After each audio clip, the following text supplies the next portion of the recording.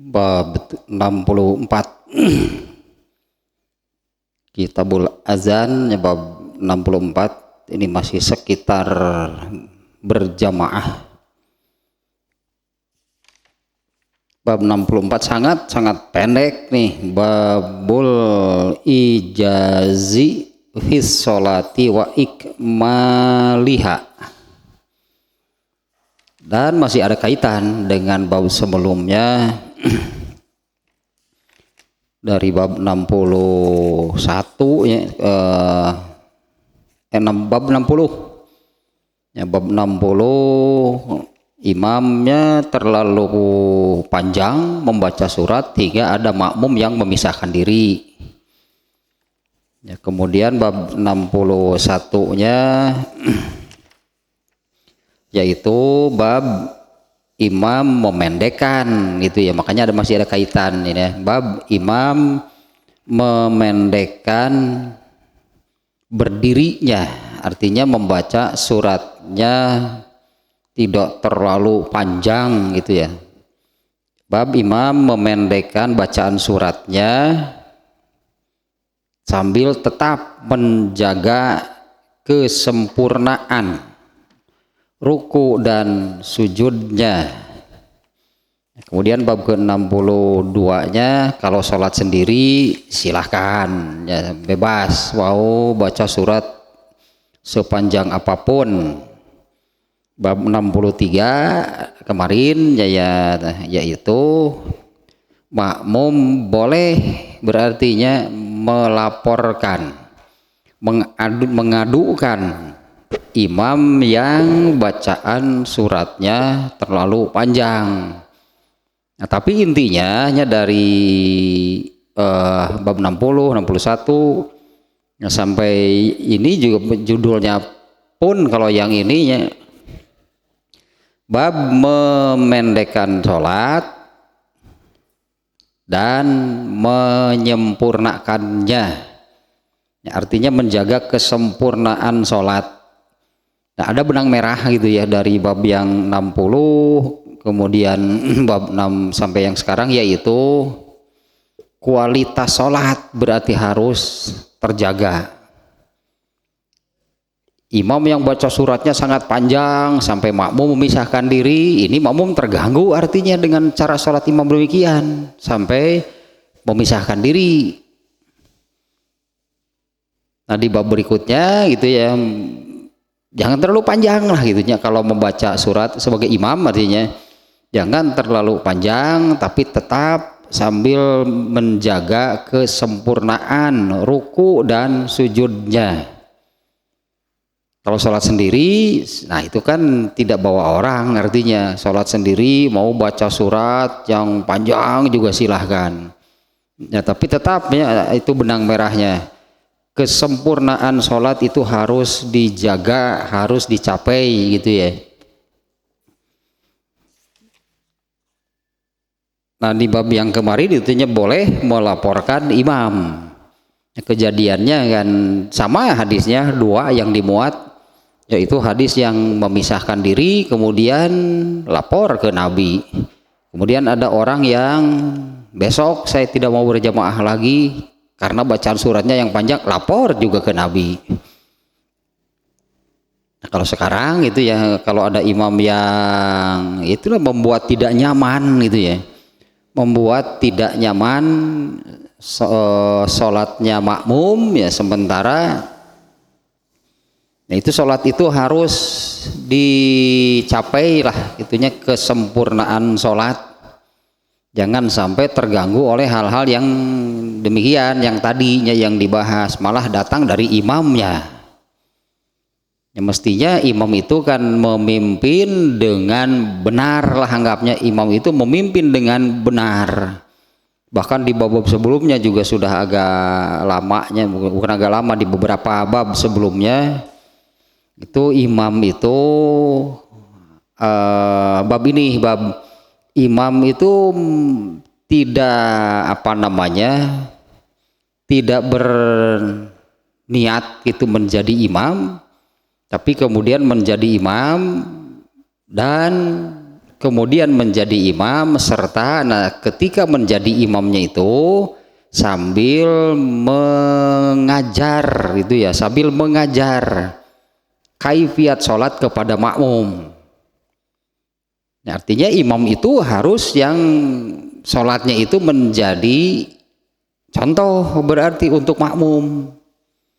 Nah, imam itu harus yang sholatnya itu menjadi contoh gitu bagi makmum, ya jangan sampai menjadi contoh yang buruk malah dilaporkan kepada Rasulullah di dalam bab yang kemarin. Nah, artinya kekhusyuan itunya, kekhusyuan, kekhidmatan sholat makmum itu terganggu oleh apa yang dilakukan oleh imamnya. Jangan sampai terjadi demikian gitu ya. Nah, bab ke-64 ini judulnya ya Babul Ijazi fis sholati wa ikmaliha. Bab memendekkan, meringankan sholat, wa ikmaliha, dan menyempurnakannya. Nah, karena tuntutan lah gitu ya, tuntutan mengerjakan sholat tentu tidak bisa, artinya tidak bisa kalau sholat itu asal dikerjakan. Nah, tidak bisanya sholat itu asal dikerjakan. Itu sholat itu wajib itu dikerjakan dengan serius, wajib dikerjakan dengan bersungguh-sungguh. Nah, di mana sholat itu juga wajib khusyuk, harus khusyuk gitu ya sholatnya. Dan khusyuk itu bukan berarti tidak ingat apa-apa hal-hal di luar sholat. Itu ya, khusyuk itu bukan artinya tidak ingat apa-apa di luar sholat, nggak akan kejadian. Karena Rasulullah sendiri sudah menyabdakan apabila seorang hamba mau sholat maka setan itu sudah datang dari kiri kanan, dari depan belakang, terus membisikkan. Sepanjang sholat itu terus membisikkan hal-hal di luar sholat. Padahal tuntutannya gitu ya, sholat itu dikerjakan dengan fokus gitu ya, fokus konsentrasi ke pekerjaan sholat. Tapi kan oleh setan diganggu dan tidak ada yang bisa tahan, berarti tidak ada yang bisa tahan, tidak ada yang tidak terpalingkan gitu ya perhatiannya ke hal-hal di luar sholat. Tapi tetap tuntutannya adalah gitu ya, tuntutannya sholat itu dikerjakan dengan khusyuk, fokus itu ya, pikirannya ke pekerjaan sholat, pekerjaan sholat yang berupa gitu, pekerjaan sholat itu berupa bacaan, gerakan, dan posisi. Itu harus terkontrol berarti semuanya ya, bacaannya, gerakannya, posisinya berarti kan harus terkontrol, karena harus benar nih bacaannya, harus benar gerakannya, harus benar posisinya, posisi berdiri, posisi ruku, posisi duduk itu harus benar, harus harus dijaga gitu ya, diusahakan, dibiasakan, yang akhirnya menjadi biasa.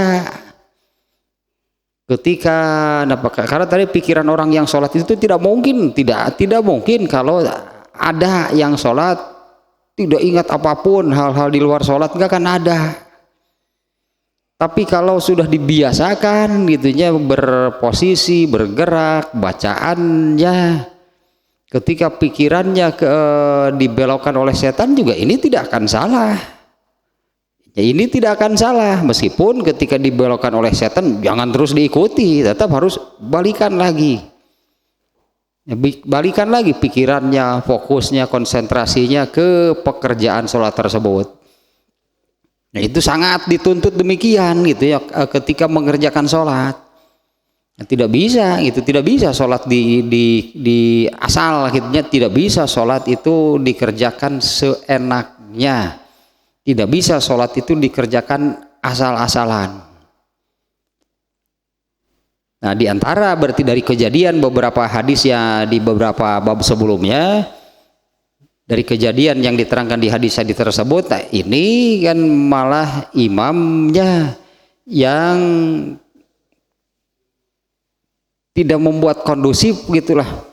Imamnya yang malah tidak membuat kondusif itu situasi berjamaah, sampai ada yang makmumnya memisahkan diri, sampai ada yang menyesal ikut berjamaah, sampai mengatakan besok saya nggak akan mau lagi berjamaah. Nyesal saya ikut berjamaah. Tapi ke kaduhung berjamaah. Kaduhung nggak milu-miluan tak imam nasi eta. Mau sekali-kali deui pokoknya mah daek rapat kana wajib. Moal. Itu imamnya, makanya dari dua kejadian itu kan yang ditegur oleh Rasulullah imamnya, dan tegurannya pun berat. Ya afattanun, kalau ke Muaz gitu ya, afattanun anta ya Muaz, apa kamu mau merusak, membuat fitnah gitu, yang merusak artinya kamu mau merusak ya. Berat itu tegurannya kepada Muaz ya, dengan teguran demikian. Kemudian yang satu lagi, kalau ke Ubay bin Ka'ab, ada orang yang membuat orang lain kabur tidak mau berjamaah. Inna minkum munafirinnya kemarinnya teguran Rasulullahnya. Ada di antara kalian nih yang membuat orang lain malah membuat orang kabur, membuat orang tidak mau lagi berjamaah. Itu Rasulullah marah besar. Karena lah ininya saya kaitkan ke ini, karena sholat itu kan itu amal pokok, sholat itu amal paling penting. Kalau kemarin saya sampaikan pahalanya kan luar biasa ya, amal paling besar, amal terpenting sholat, pahalanya juga besar. Yang saya ulang kemarinnya pahalanya kalau sholat dua rawatib qobla subuh kan Rasulullah sudah menyebutkan rakaatani qoblal fajri khairun minad dunya wa ma fiha. 2 rakaat qobla subuh itu lebih baik dari seluruh dunia dan isinya. Itu baru sholat sunatnya. Ini kan rawatib qobla subuh sholat sunat. Bandingkan dengan pahala mengantar jenazah sebesar apa? Pahala mengantar jenazah itu 1 qiraat. 1 qiraat itu besar nggak? Sebesar gunung Uhud. Bandingkan dengan dunia dan isinya. Jauh kan lebih besar pahala sholat rawatib qobla subuh. Itunya kemarin saya sampaikan, sehingga pantas kalau Rasulullah SAW berkata kepada Robi'ah al-Aslami ketika Robi'ah meminta doakan aku supaya bertetangga denganmu di surga, artinya di surga tertinggi, surga Firdaus dekat dengan Nabi. Rasulullah meminta fa'inni ala nafsika bikasrati sujud, perbanyak salat sunat, bukan perbanyak mengantar jenazah. Letik atulah segede gunung Uhud. Perbanyak mengantar jenazah. Oh enggak. Banyaklah mengerjakan sholat sunat. Karena biar bagaimanapun kan peringkat surga, karena surga kan ada 100 tingkatan. Peringkat surga itu ditentukan oleh jumlah pahala yang bisa dikumpulkan. Biar bagaimanapun itu yang menentukan. Jumlah pahala yang bisa dikumpulkannya berapa banyak. Kalau yang banyak mengerjakan sholat sunat, oh pahalanya besar berarti. Dengan 2 rakaat qabla subuh saja, satunya 2 rakaat qabla subuh saja itu kan lebih baik dari dunia dan isinya. Membandingkannya bukan dengan sebesar Gunung Himalaya. Bukan gitu, dengan lebih besar dari pegunungan Andes. Tuh komuk jeung manglayang, leutik manglayang itu. Lebih baik dari dunia dan isinya. Tak itu sholat mah. Artinya kalau sekarang ini babnya sampai sedemikian rupa gitunya, dari bab-bab yang kita bahas sendiri oleh babnya dimunculkan oleh Imam Al-Bukhari sampai ke hal-hal yang kecilnya, karena ini urusan besar gitu. Sholat itu urusan besar. Allah sendiri kan sudah menyebutkan sholat itu urusan besar. Itu di ayat ini yang auzubillahi minasyaitonir rajim, wasta'inu bis-sabri was-shalat fa innaha lakabiratun. Minta tolonglah dengan salat dan sabar. Wah, tuh eta mah sakuraan teh atuh. Iyalah atuh eta salat dengan benar terus bisa sabar. Wah, iyalah eta mah dua ge rajana atuh eta mah. As-sholatu dia nurun was sabru diaun. Rasul menyebut dua. Nah, salat itu cahaya, sabar itu cahaya yang lebih terang. Fa innaha, minta tolonglah dengan salat dan sabar, karena salat itu la kabiratun, atau urusan yang amat besar salat. Sementara oleh manusia, oleh orang Islam, bukan orang kafir malah bukan manusia, oleh orang Islam.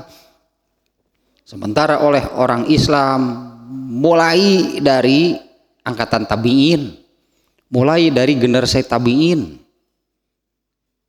Generasi tabi'in ini kan orang-orang yang kebagian bertemu dengan sahabat. Mereka tidak kebagian bertemu dengan Rasulullah. Kalau yang bertemu dengan Rasulullah sebutannya sahabat, ini tabi'in. Kebagian bertemu dengan sahabat. Anas bin Malik, kemudian Abu Darda. Ini ya yang diriwayatkan mereka ini marah besar karena saat itu oleh tabi'in, berarti bukan oleh sahabat. Salat itu sudah dianggap enteng. Abu Darda marah-marah, Anas bin Malik sampai nangis itu melihat kenyataan bahwa sholat itu saat itu sudah mulai dianggap enteng. Kejadiannya kalau Anas bin Malik itu kemudian setelah Rasulullah meninggal pindah ke Suriah, Syrianya pindah ke Suriah, tinggal di ibu kota, kalau sekarang ibu kotanya Damaskus. Nah, tinggal di sana di Damaskus. Nah, Anas bin Malik kan sahabat, banyak dicari oleh tabi'in untuk mencari hadis. Ya, banyak tabi'in yang datang mencari hadis. Pada satu kejadian ketika ada tabi'in yang datang, Anas bin Malik menangis. Tabi'in ini menanyakan, kenapa engkau menangis? Pasti karena sholat ya. Ya, Anas bin Malik mengatakan, apalagi kalau bukan itu. Artinya mulai oleh generasi tabi'in saja gitu, sholat itu sudah mulai dianggap enteng, sholat itu disepelekan. Nyari hati Anas bin Malik mah ningali gitu. Ting tabi'in teh ngartiin teh. Padahal ayat tadi kan menyebutkan wasta'inu bisobri wassalat fa innaha lakabiratun. Salat itu urusan yang besar, salat itu urusan besar, urusan berat, urusan salat jangan dianggap enteng. Nah, sampai ke yang detil-detilnya seperti ini harus benar-benar diperhatikan. Nah, ini babnya pendek sebetulnya ya, bab meringankan salat dan menyempurnakannya. Salatnya jangan jadi meringankan, memendekkan, itulahnya babul ijazi fi salat itu bab meringankan, memendekkan, bukan menganggap ringan, bukan menganggap enteng, bukan menganggap ringan urusan salat, tapi waktu mengerjakannya dari bab-bab sebelumnya itu, di sini di bab-babnya itu mengarah kepada jangan membaca surat yang terlalu panjang sampai makmumnya kesal, makmumnya marah.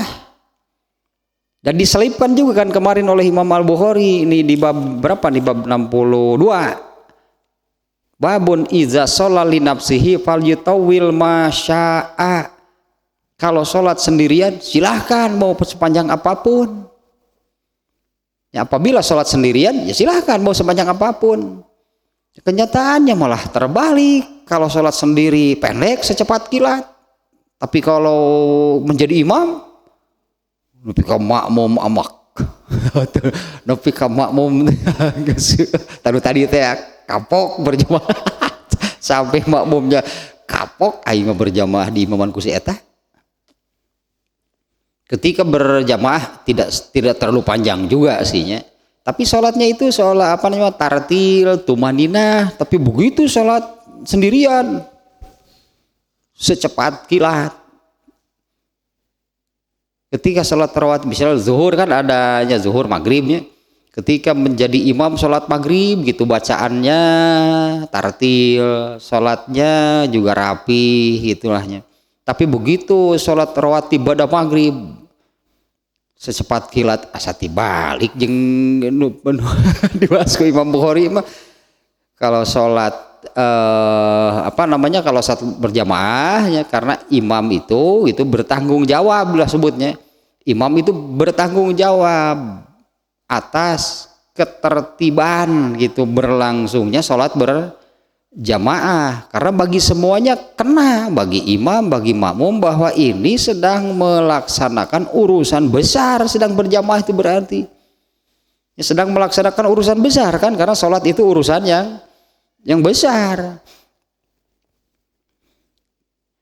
Nah hadisnya nih sangat pendek hadisnya juga nih. An Anasin radhiyallahu anhu qala kana nabiyyu sallallahu alaihi wasallam yujizus sholata wa yukmiluha. Persis apa isi hadisnya. Bab imam yang dibuat oleh Imam Bukhari itu babul ijazi fi sholat, bab meringankan sholat, memendekkan sholat, wa ikmaliha dan menyempurnakannya. Nah, ternyata hadisnya seperti ini nih. Dari Anas bin Malik, semoga Allah meridhoinya, Nabi sallallahu alaihi wasallam itu dia berkata, Anas bin Malik berkata, Nabi sallallahu alaihi wasallam itu yujizus sholata, meringankan, memendekkan sholatnya, wa yukmiluha dan menyempurnakannya. Sementara ketika beliau sholat sendirian, ketika mengerjakan sholat malam di bab apa ya waktu ini di kajian hadisnya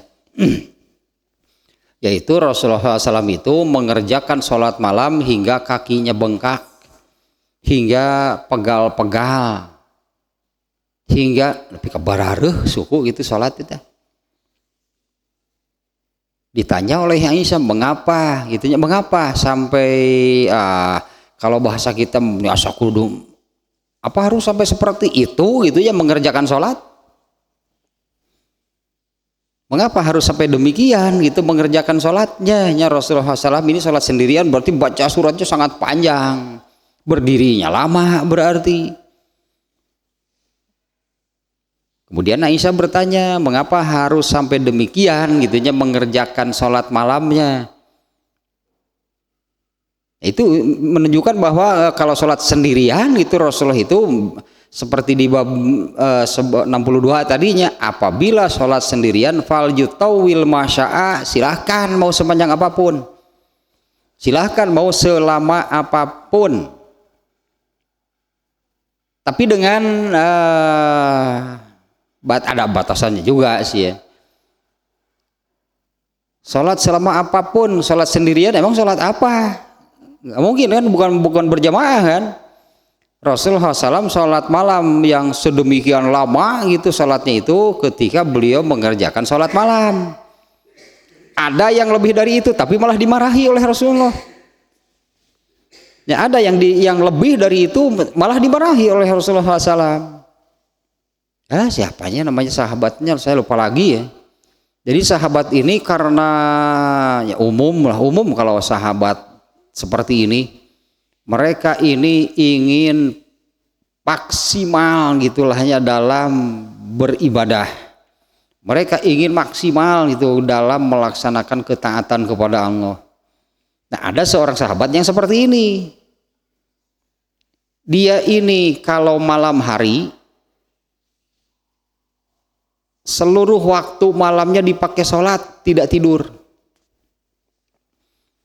Seluruh waktu malamnya itu digunakan untuk mengerjakan sholat malam. Berarti dari ba'da isya sampai menjelang Subuh ya salat malamnya dan dikerjakan tiap malam. Kemudian siang harinya saum tiap hari.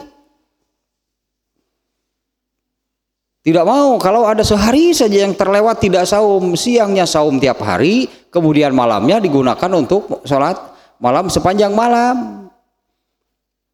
Ketika ditanya, kemudian ada yang melaporkan bahwa sahabat ini mengerjakan demikian, dipanggil oleh Rasulullah, benar kamu mengerjakan demikian? Iya Rasulullah. Tidak ada maksud saya gitunya mengerjakan demikian itu, tidak ada maksud lain selain saya ini ingin pahala gitulah, saya ingin kebaikan, saya ingin pahala. Oleh Rasulullah ditegur, aku juga sholat malam tidak pernah terlewat, tapi bukan seperti itu. Seluruh waktu malam dipakai sholat sampai tidak tidur sama sekali. Kemudian siang harinya saum tiap hari. Jadi seperti itu tiap hari. Rasulullah ini melihat ini sudah ada yang salah kalau demikian. Aku juga sholat malam, tapi juga ada waktunya tidur. Aku juga suka mengerjakan saum, tapi tidak tiap hari saum, tidak sampai tidak ada yang terlewat gitu ya. Sampai Rasulullah menyabdakan la siyama liman la soma li la siyama liman soma dahro. Tidak ada saum sebetulnya jadinya, tidak ada saum bagi orang yang saum Siyamudahri disebutnya saum seumur hidup. Ya, tiada hari tanpa saum lah gitunya. Lebaran nggak mau, tidak ada yang terlewat. Malah Rasulullah menyabdakan demikian.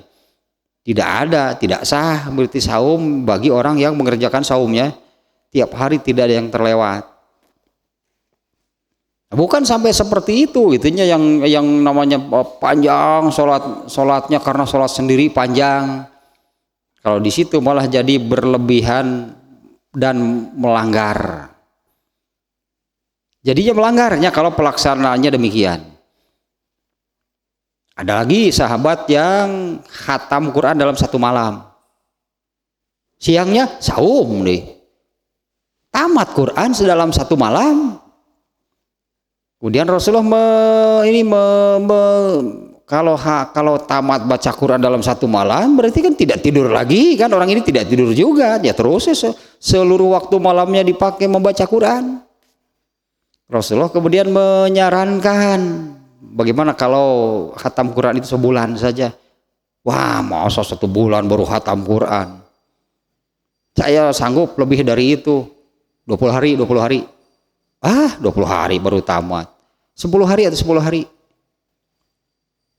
Nah, saya masih sanggup lah itu seminggu titik setengah bang ngomong Rasulullah. Seminggu artinya paling cepat pun gitunya kalau mau khatam Quran bacalah sampai khatam itu dalam 1 minggu. Nah, jangan sampai jadinya berlebihan. Kalau khatam Quran dalam 1 malam pasti kan tidak tidur. Nah, itu yang salah.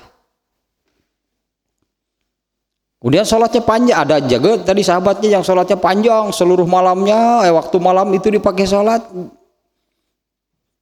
Meskipun di hadis di bab sebelumnya jika sholat sendirian ya silakan mau sepanjang apapun, tapi tetap kan ada batasnya. Kalau seperti sahabat yang barusan ini jadi ada yang salah kalau demikian. Untung orang mau tarak itu, atau darak lagi pan surat atau apa? Malahan dalam rangka ya iya jadi agak melebar lah gitunya. Ada hadis yang menyebutkan kemuliaan seseorang itu dari sholat malamnya. Kemuliaan seseorang itu dari sholat malamnya.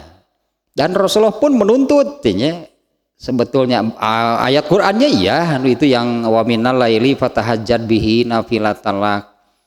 Di antara sebagian waktu malam itu gunakanlah untuk sholat. Nah, sholat malam ini sangat ditekankan nih oleh Rasulullah SAW. Nah, sholat malam nih ya sangat ditekankan gitu oleh Rasulullah SAW untuk kerjakan, jangan ditinggalkan.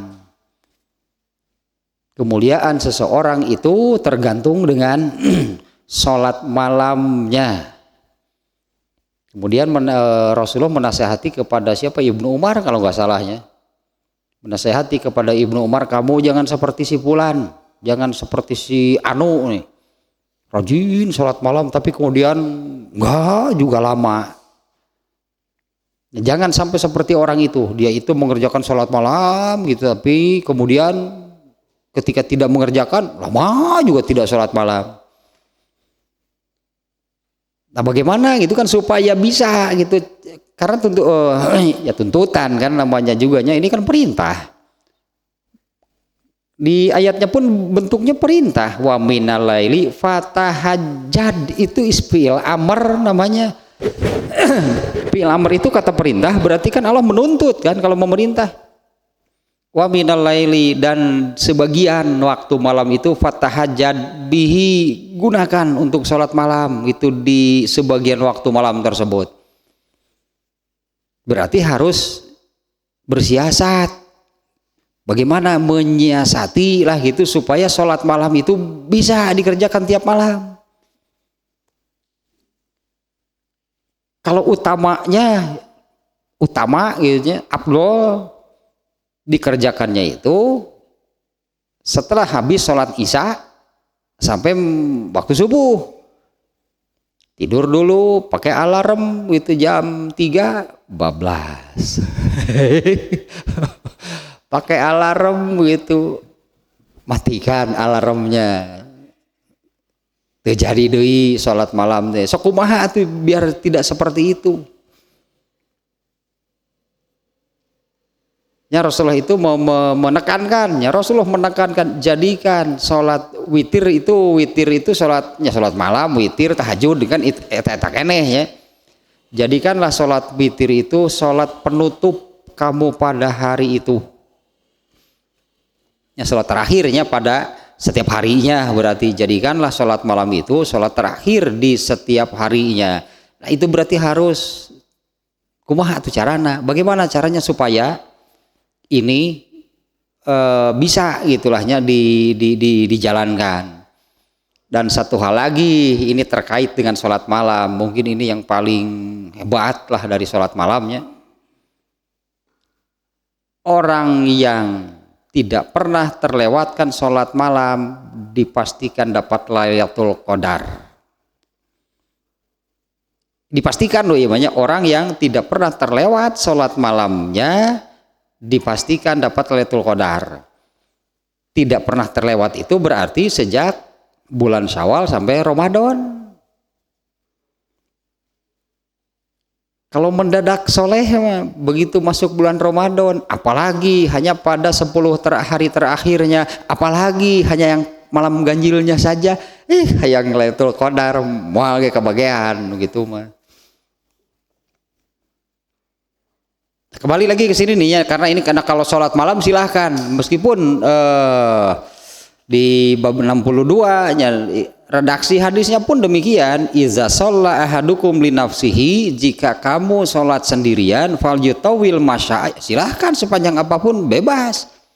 Nah, ternyata ada hadisnya yang menerangkan tadi ada sahabat yang sholat malamnya itu seluruh waktu malamnya dipakai untuk sholat malam. Ternyata itu juga salah, dan Rasulullah menegurnya, aku juga mengerjakan sholat malam tapi aku juga tidur waktu malam hari itu, artinya bagi itunya dibagi, sholat malam bisa dikerjakan, tidur juga iya. Jangan sampai tidak tidur sama sekali, jangan sampai tidak sholat sama sekali. Bagi dua tuh waktu malam teh, ada waktu untuk tidurnya, ada juga waktu untuk sholatnya. Nu salah mah begadang teh sholat, parah teman. Nu salah mah begadangnya iya, nggak tidur sampai subuh, sholatnya ente deh. Kalau sahabat tadi ditegur oleh Nabi teh karena tidak tidur dan waktunya digunakan untuk sholat, ditegur oleh Nabi. Bagaimana kalau ada orang yang tidak tidur sampai subuh tapi bukan sholat, bukan ditegur, digaplok sih Nabi itu gitu mah. Nabi digaplok paling gitu aing geus sia non wae atuh teh sare teh sare na hanteu sia salat di hanteu di sia masih dimarahi oleh Rasulullahnya saat sholat malam padahal ibadah sampai tidak tidur, dimarahi oleh Rasulullah. Aku juga sholat tapi aku juga tidur. Iya nanti sholat seluruh waktu malamnya tidak tidur gitu. Hebat sholat. Tuh itu sholat. Gimana nu kitu paling ditegur digaplok Nabi teh beureunna. Yang sare hanteu jeung sholat hanteu. Naon wae atuh. Biar champion. Aduh eta kafir ngelolojo kafir cenah bae kata salat. Nah, hadis ini ini catatan dari Fathul Bari ini ya. Pada bab ini dengan hadis yang pendek di mana Rasulullah SAW bukan beliau yang bersabda di hadis ini, tapi beliau sholat. Oleh Anas bin Malik diterangkan seperti apa sholat Rasulullah SAW. Anas bin Malik mengatakan kana Nabi sallallahu alaihi wasallam yujizu sholata wa yukmiluha. Jangan sampai meringkas itu sholatnya buru-buru, sholatnya cepat, unsur sempurnanya hilang, nggak boleh juga. Jangan sampai demikian berarti. Anas bin Malik menerangkan Rasulullah itu meringankan sholatnya, memendekkan sholatnya. Nah, di mana meringankan memendekkan sholatnya itu kan dari baca suratnya kan yang menyebabkan panjang atau pendeknya satu sholat itu kan dari bacaan suratnya. Nah, kalau Anas bin Malik anggaplah tidak menyebut baca surat apa, hanya Anas bin Malik mengatakan Rasulullah itu memendekkan sholatnya, meringankan sholatnya. Nah, sehingga tidak kejadian kan ada makmum yang memisahkan diri karena ada keperluan kan, kasusnya karena ada keperluan, bukan tidak mau ikut berjamaah, bukan tidak mau sholatnya panjang, tapi karena ada keperluan dia memisahkan diri. Kan teguran Rasulullah itu kan kepada Muadz, kamu ini merusak. Kemarin kan disebutkannya di hadis yang kemarin, bacalah surat ini nih falaula sholaita. Padahal kamu cukup saja sholat membaca surat Sabbihisma rabbikal a'la, kemudian wasyamsi waduhaha atau walaili idza yaghsha. Cukuplah dengan surat-surat yang sepanjang itu. Al-Baqarah iraha tamat cek Nabi teh tuh tingali makmum lebih ke ada yang memisahkan diri. Makanya Rasulullah SAW sendiri kalau sholat berjamaah seperti Anas bin Malik tidak panjang-panjang, melebar lagi nih, melenceng lagi nih. Kalau sholat malam di bulan Ramadan kan berjamaah, pada malam pertama berjamaah, berikutnya malam kedua semakin banyak yang berjamaah karena orang-orang yang pada hari pertama berjamaah ini dia bicara kepada yang lain, salat malam berjamaah di bulan Ramadan ya. Artinya kalau di luar bulan Ramadan nggak pernah berjamaah. Begitu Ramadan berjamaah diimami Nabi, para sahabat antusias berjamaah diimami oleh Rasulullah SAW. Beja-beja kekhawatiran anak di beja-beja. Malam kedua bertambah yang ikut berjamaah, malam ketiga bertambah lagi yang ikut berjamaah, malam keempatnya bertambah lagi yang berjamaahnya semakin banyak. Tapi malam keempat Rasulullah tidak datang ke masjid. Nah, bagaimana sholatnya? Sholat malam di bulan Ramadannya Rasulullah itu berjamaah ringan, sholatnya seperti ini, ringannya ya ringan gitunya, ringan, pendek lah, tidak seperti sholat malam yang tadi kata Aisyah sampai bengkak-bengkak kakinya. Yang tadinya ketika Aisyah menanyakan kepada Rasulullah, mengapa harus sampai seperti itu mengerjakan sholat malam? Bukankah engkau sudah pasti itu kan diampuni dosa yang telah lalu dan yang akan datang? Atau engkau itu pasti tidak punya dosa tapi sholat malamnya sampai demikian, kakinya bengkak? Nah, mengapa Aisyah menanyakan mengapa harus sampai demikian? Rasulullah menjawab, apa tidak boleh kalau aku ini ingin menjadi hamba yang bersyukur? Itu jawaban Aisyah itu, apa gak boleh? Aku ini ingin menjadi hamba yang bersyukur. Nah, kalau sholat malam di bulan Ramadan bagaimana? Ternyata kan berjamaah, gak panjang. Muncullah nama untuk sholat malam di bulan Ramadan itu tarawih. Kata tarawih itu tidak pernah ada di zaman Rasulullah. Kata tarawih itu dimunculkan oleh para ulama kemudian melihat dari bagaimana pelaksanaan sholat malam Rasulullah di bulan Ramadan. Tarawih sholatnya, yaitu ringan. Arti tarawih itu ringan. Beda kan dengan sholat malam beliau di luar bulan Ramadan yang dikerjakan sendirian. Berat, berarti sampai bengkak-bengkak kakinya. Nah, kalau sholat tarawih itu sholat yang ringan. Kalau jumlah rakaatnya sama, cara pelaksanaannya juga sama dengan di luar bulan Ramadan. Hanya kalau di bulan Ramadan karena berjamaah seperti di hadis ini, karena Nabi SAW yujizu sholat, Rasulullah meringankan sholatnya.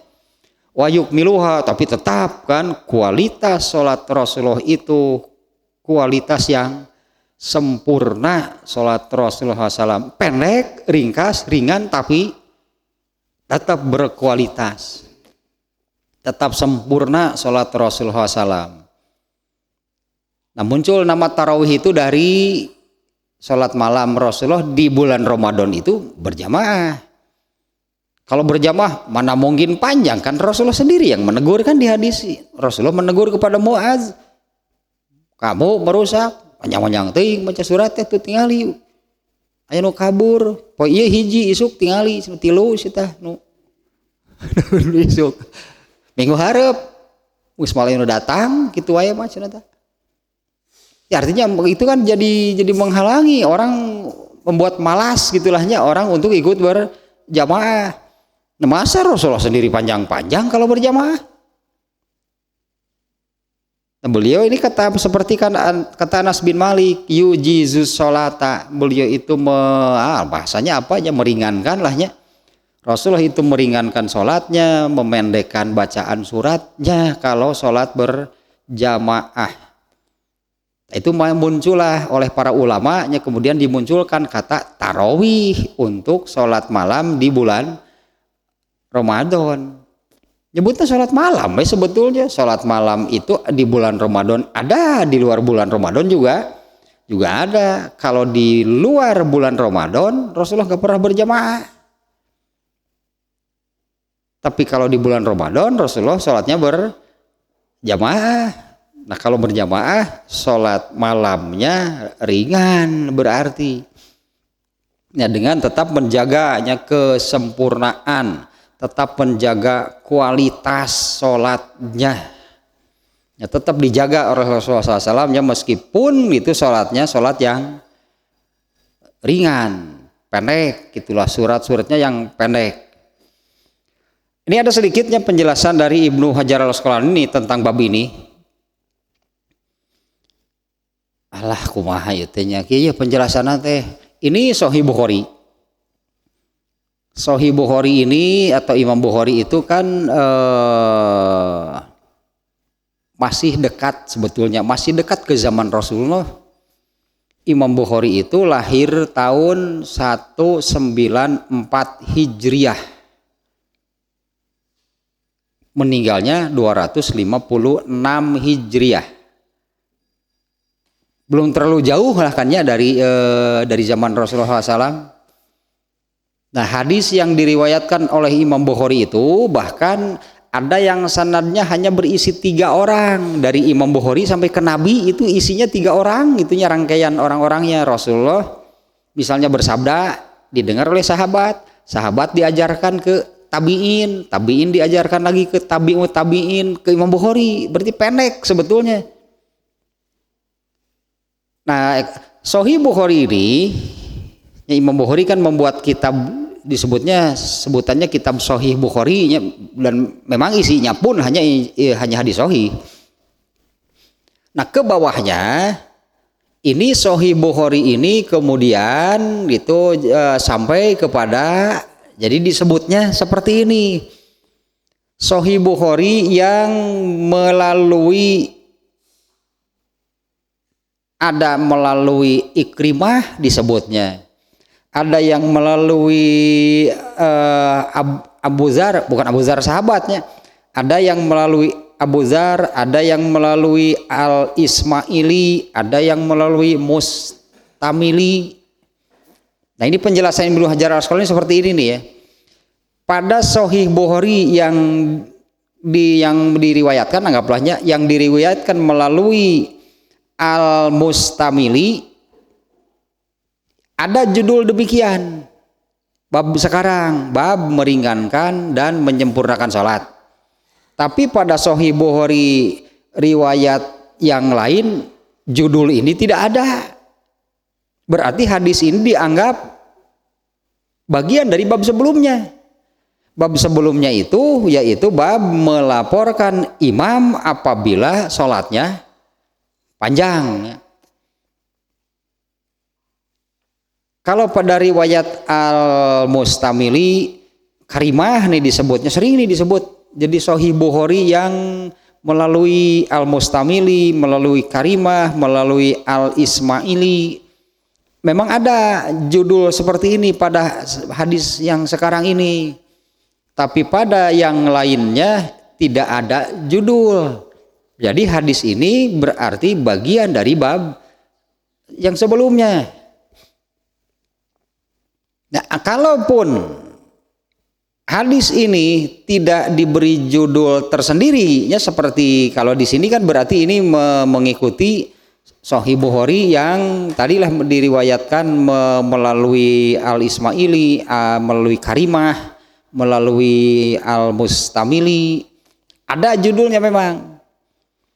Nah, kalau tanpa judul berarti ini masih bab sebelumnya. Terus apa, bagaimana munasabahnya, bagaimana kaitan hadis ini dengan, kalau bab sebelumnya kan bab melaporkan imam, ya kan bab sebelumnya itu bab melaporkan imam apabila sholat imamnya terlalu panjang.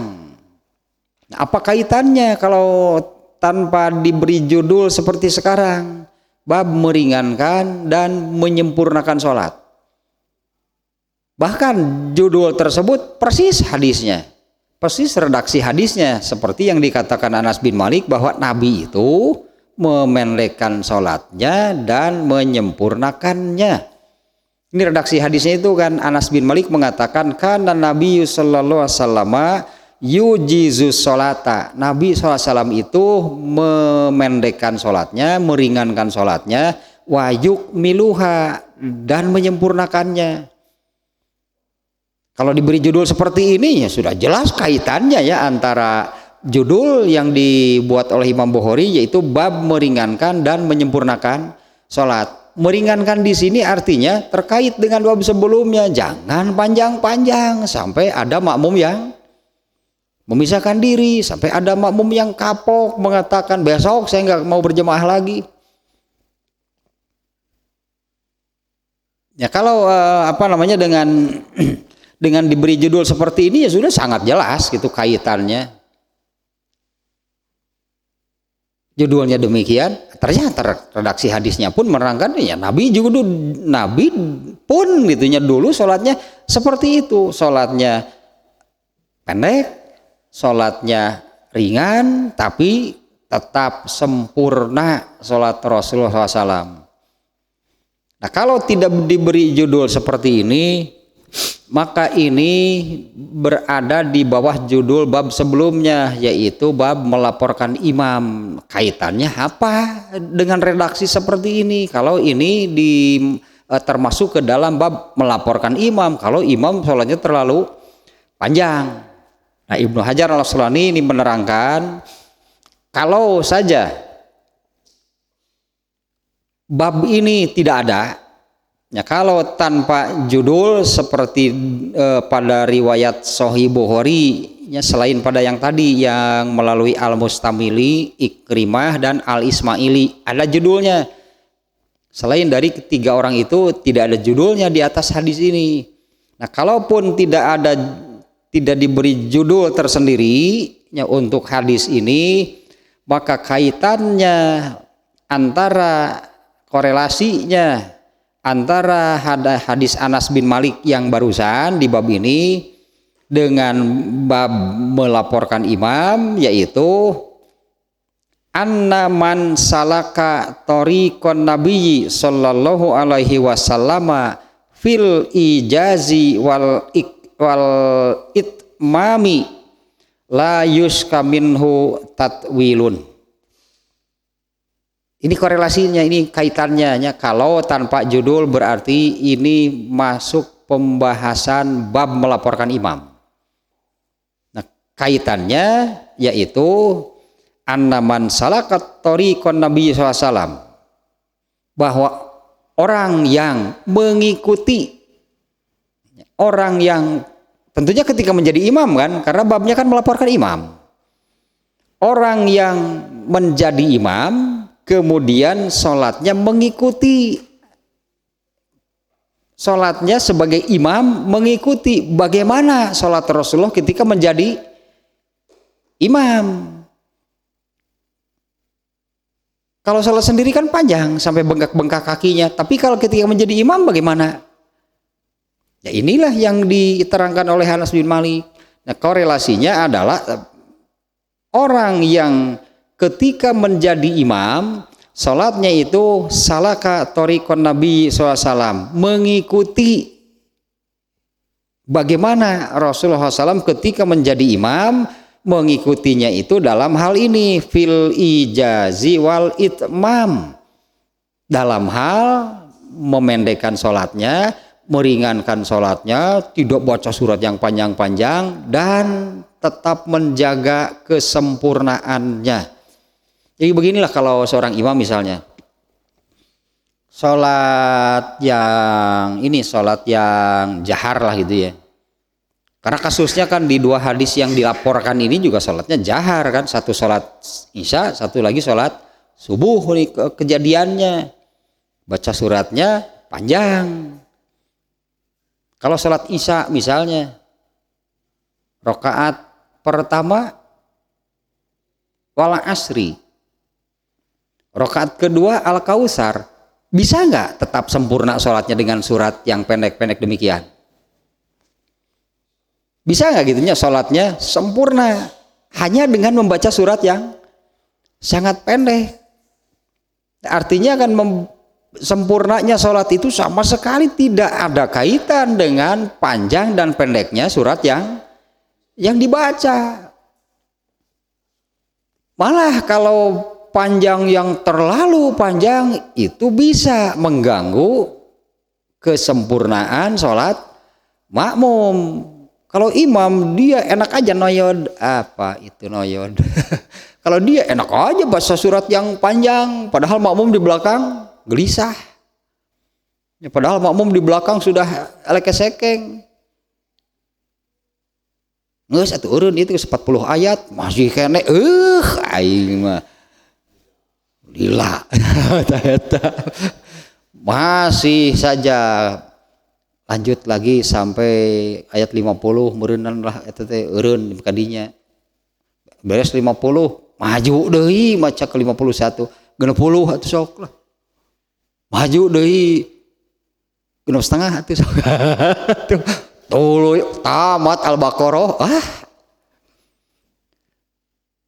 Jadi ini kalaupun tidak ada judul untuk hadis ini berarti kaitannya dengan bab sebelumnya. Nah, ini korelasinya bahwa orang yang ketika menjadi imam itu mengikuti salaka torikon Nabi, itunya mengikuti bagaimana ketika Nabi menjadi imam, mengikuti Nabi, yaitu fil ijazi, meringankan sholatnya, memendekkan sholatnya, wal itmami, tapi tetap kesempurnaan sholatnya itu justru, dan saya kira ya, kalau yang ya, imam merasa makmum yang merasa ini imam terlalu panjang, padahal menurut imam asa biasa-biasa tuh surat sakieu. Tapi bagi makmum yang merasa terlalu panjang, nah dia berarti sudah terganggu ini sholatnya. Terus mau bener rukuna gitu, bari kuku lutut rukuna gitu. Tadi atuh ruku teh di sebenarnya semua bener sholatnya kalau sudah muncul elek-sekeng, sudah gelisah begitu ruku teh gila. Tadi atuh ruku teh sujud beri rontogan maneh sujud nate tak eta teh mengganggu, makanya kan Rasulullah menyebut kamu merusak, terutamanya merusaknya itu karena sampai terjadi ada orang yang memisahkan diri, eta kerusakan yang nyata gitunya bagi Rasulullah kalau terjadi demikian. Nah, padahal kan baik bagus gitunya, baik bagus, bahkan sempurnanya sholat kan tidak ditentukan oleh panjang dan pendeknya bacaan surat, ya bukan itu yang menentukan. Ya misalnya kalau sholat berjamaah isya itu imamnya itu rakaat pertama wal asri, bahkan satu nafas macam gitu tuh, bakat kuponok satu nafas gitu selesai baca wal asri mah. Udah ketika mau nanti beres satu nafas wal asri udah memang juga sangat pendek ya. Kemudian al-kausar juga sangat pendek, tapi rukunya mantap begitulah kan, rukunya sempurna, sujudnya sempurna, terutama dua posisi itu kan yang dituntut oleh Rasulullah SAW itunya kesempurnaannya itu terutama gitu, terutama dari lurusnya tulang punggung ketika ruku dan sujud. Padahal baca suratnya hanya wal asri al-kausar, nggak ada masalah dengan surat yang pendek. Bahkan makmum itu bergembira. Makmum letah ya kepake imam teh. Nah, sakedeung. Tah ieu imam mah kepake. Sasa teh isuk imam mah gitu. Kok mau isuk maya Persib? Aing sugan teh. Naon deui. Kok mau cenah isuk mah. Aya Persib si eta imamna kade ulah senjan isuk. Sugan teh naon. Kapake tah ieu imam mah. Itu cenah salat mah atuh lah lalat teuing beurina ge. Sampurna boro-boro. Manehna sampurna salatna boro-boro. Salat teh henteu eta we kapake teh sakedeung. Salatna si eta mah imamna. Nah, barang siapa atau orang yang ketika menjadi imam man salaka thariqan nabiyyi, mengikuti cara Nabi, bagaimana beliau ya, cara Nabi SAW bagaimana beliau ketika menjadi imam, yaitu mengikutinya dalam hal fil ijazi wal itmam. Dalam itu mengikuti nabinya itu meringankan sholatnya, memendekkan sholatnya, dan sempurna sholatnya. La yuska minhu tatwilun, nggak akan ada yang mengadukan panjang toh sholatna. Surat naon sih tak? Al-Ikhlas. Ari geus kudu surat naon atuh Al-Ikhlas disebut panjang keneh wae mah.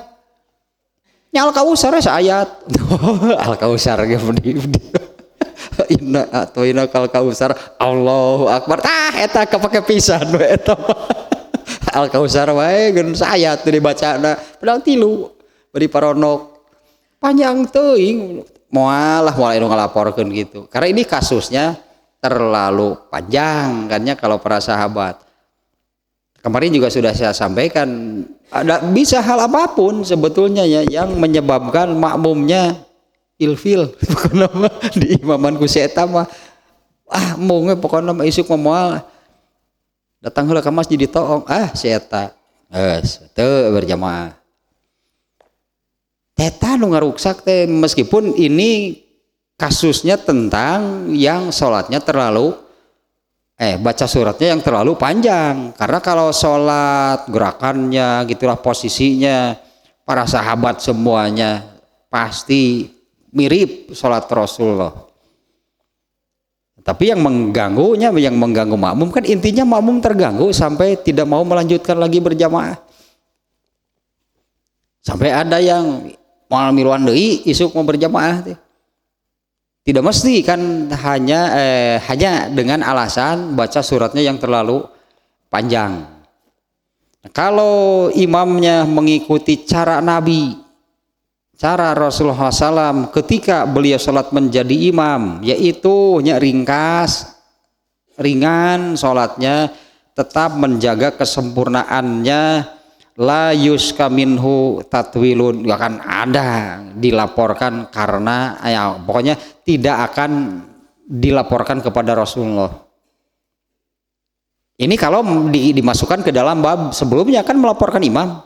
Coba kalau sholatnya mengikuti, coba kalau mengimaminya itu mengikuti bagaimana Rasulullah SAW ketika beliau mengimami, gak akan ada dilaporkan. Nah, tambahan lagi sedikit lagi nih. Pada hadis riwayat Ibnu Abi Syaibah, ya hadisnya diriwayatkan melalui Abu Mijlaz. Nama sahabatnya nih diriwayatkan melalui Abu Mijlaz. Dia mengatakan kanu as-sahabata ya yutimuna wa yujizuna wa yubadirunal waswasata. Abu Mijlaz mengatakan kanu as-sahabatanya mereka, yaitu para sahabat, yutimuna, mereka itu menyempurnakan sholatnya. Kalau sahabat semua lahirnya, semua sahabat sholatnya demikian. Kan baru seperti tadi Anas bin Malik ketika di sejaman gitulah bersama tabiin mulai menemukan orang-orang yang menganggap enteng urusan sholat. Kebayang kan sholatnya seperti apa? Kalau Anas bin Malik sudah mengatakan sholat sudah disepelekan, sholat sudah dianggap urusan kecil gitulahnya, sholat sudah diremehkan, dilecehkan bahkan.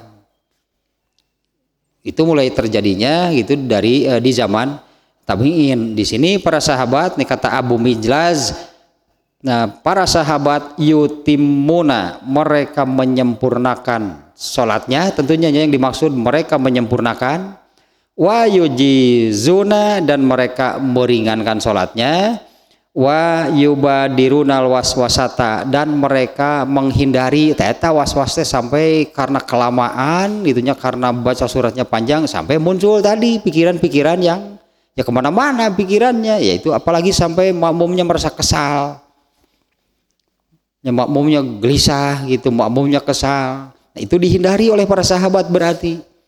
Ya, Abu Mijlaz mengatakan para sahabat itu sholatnya sempurna, sholatnya itu ringan, itu pendek sholatnya, wajuba dirunal waswasata, nah mereka itu menghindari itunya ini al waswasah.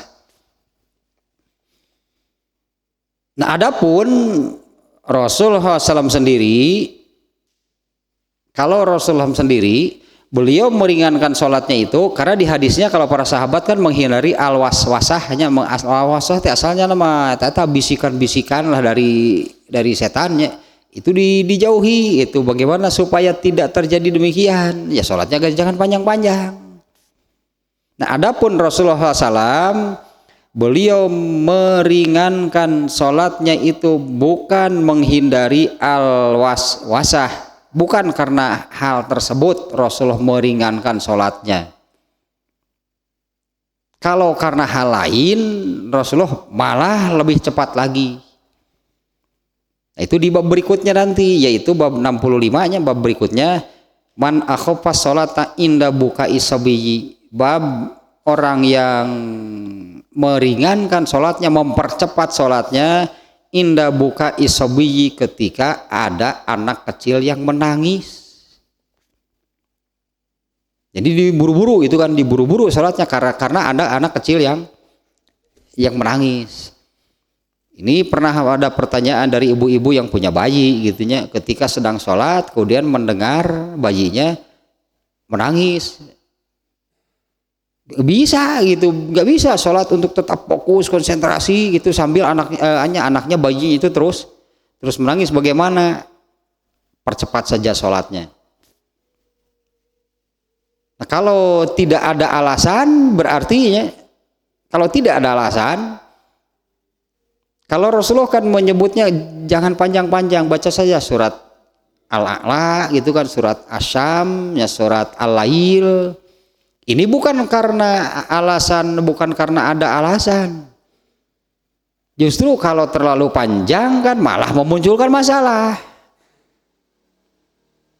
Ketika ada ini ya di bab berikutnya ya, diantaranya ini alasannya, ketika ada bayi yang menangis malah ya percepatlah. Apalagi itu menangisnya di anak kecil yang dibawa ke masjid, nangis terus baca panjang, bawa kiwet makmum sudah nggak enak, pasti sholatnya sudah nggak nyaman ya, pasti sholatnya nggak akan nyaman. Nah, imam berarti kalau dalam kondisi demikian ya percepatlah sholatnya. Nu asal narek Al-Ikhlas ganti ku Al-Kausar, kan Al-Ikhlas 4 ayat, Al-Kausar 3 diringkas. Wah, si aturan bedana sakitu mah itu atuh tersignifikan dari kitu mah bedana teh. Tadina mereka Al-Ikhlas ganti we ku Al-Kausar. Padahal ya Al-Ikhlas tadi geus kapake geus lah. Imam make Al-Ikhlas geus kapake ta ieu imam geus. Komo isuk mah aya Persib. Terserah, hanya intinya bahwa kalau sholat sendiri bebas, itu kan kalau sholat sendiri bebas. Tapi kalau sebagai imam, kalau dari kasus-kasus di sini kan karena bacaannya yang panjang, tapi ketidaknyamanan makmum itu bisa jadi muncul dari hal-hal yang lainnya. Ini yang harus dihindari oleh imam, karena imam itu pemimpin yang bertanggung jawab itu terhadap sholat berjamaah ini. Kecuali kalau imamnya sudah melakukan yang benar, makmumlah ditenyarakola. Makmumnya nggak belajar gitu ya, jadi malah makmum yang banyak berbuat kesalahan, ya itu di luar tanggung jawab imam. Ya kalau imamnya sudah mengerjakan sholat dengan benar. Itulah seperti tadinya kalau seorang yang menjadi imam itu mengikuti cara bagaimana Rasulullah menjadi imam, nggak akan ada masalah. Itu intinya, nggak akan ada masalah pasti. Tapi kamu malah ini makmumnya lagi tenyekul pisan makmumnya.